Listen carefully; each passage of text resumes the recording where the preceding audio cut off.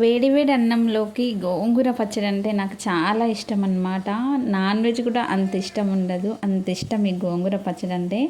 మీలో ఎంతమందికి ఇష్టం చెప్పండి. రెగ్యులర్గా చేసుకునే పచ్చడిలాగా కాకుండా నాకైతే ఇలా సింపుల్గా చేసుకునే పచ్చడి అంటే చాలా ఇష్టం అన్నమాట. టేస్ట్ చాలా బాగుంటుంది. ఒక 1 వీక్ 10 డేస్ దాకా కూడా నిల్వ ఉంటుంది ఈ పచ్చడి. గోంగూర పచ్చడి పచ్చిమిర్చితోనే టేస్ట్ బాగుంటుంది అనుకునే వాళ్ళు తప్పకుండా ట్రై చేయండి. ఇలా టేస్ట్ అంతా బాగుంటుందన్నమాట. ముందుగా మనం గోంగూరని పచ్చిమిర్చిని నీట్గా కడిగేసి పక్కన పెట్టుకోవాలి. ఇప్పుడు రోట్లోకి పచ్చిమిర్చి వెల్లుల్లి వేసి కచ్చపచ్చగా దంచి దాంట్లోనే మనం కడిగి పెట్టుకున్న గోంగూరను కూడా వేసి దంచుకోవాలి.